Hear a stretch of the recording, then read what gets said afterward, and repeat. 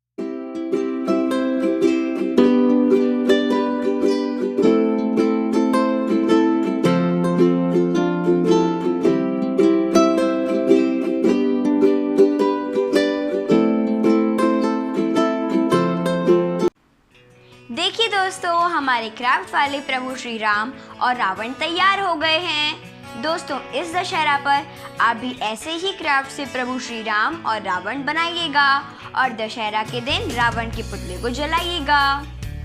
दोस्तों, अगर आपको ये क्राफ्ट्स पसंद आए हों तो वीडियो को लाइक एंड शेयर ज़रूर करना और हाँ, चैनल को सब्सक्राइब कीजिए। Thank you friends, happy Dussehra to all. Bye bye.